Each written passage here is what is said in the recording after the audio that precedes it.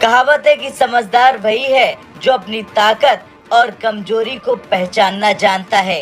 यही सिद्धांत अंतर्राष्ट्रीय कूटनीति में भी लागू होती है।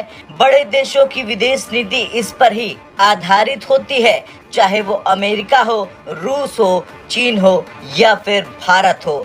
सब अपनी मजबूती और कमजोरियों का ध्यान रखकर अपने फैसले लेते हैं, लेकिन कई बार छोटे देश अपने महत्व को गलत समझ बैठते हैं।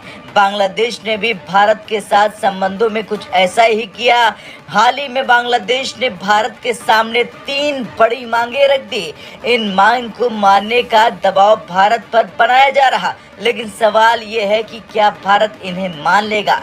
चलिए जानते हैं कि बांग्लादेश की मांगों को, और सबसे पहली मांग क्या है वो भी समझते हैं। दरअसल सबसे पहली मांग है शेख हसीना पर रोक। जी हाँ, बांग्लादेश की अंतरिम सरकार ने भारत से कहा है कि शेख हसीना जो बयान भारत में रहकर दे रही उन्हें रोका जाए। उनका कहना है कि जैसे अफगानिस्तान के पूर्व राष्ट्रपति अशरफ गनी को दुनिया से अलग रखा गया है, वैसे ही भारत को शेख हसीना पर बयान देने से रोक लगानी चाहिए। दूसरी समानता की मांग है, जिसमें बांग्लादेश ने स्पष्ट किया कि अब वो खुद को भारत का छोटा भाई नहीं मानता। दोनों देशों के बीच रिश्ते समानता के आधार पर होंगे, न गिव एंड टेक से कम, न ही दबाव में लिए गए फैसले से ज्यादा। तीसरी मांग है माइनॉरिटी के मुद्दे पर भारत चुप रहे।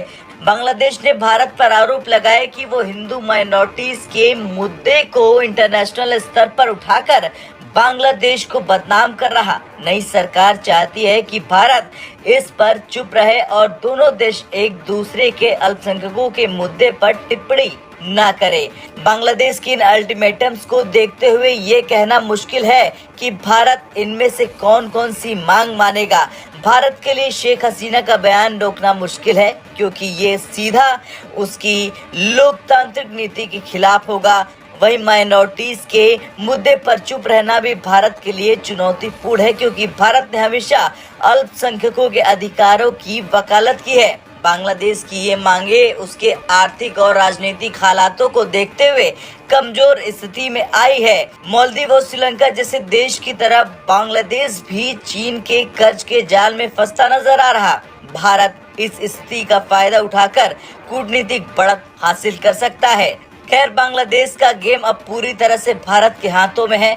उसकी मांगे ये साबित करती हैं कि भारत के साथ संबंध सुधारने के लिए वो तैयार है, लेकिन भारत को ये तय करना है कि वो किस हद तक बांग्लादेश की इन शर्तों को मानने को तैयार होगा।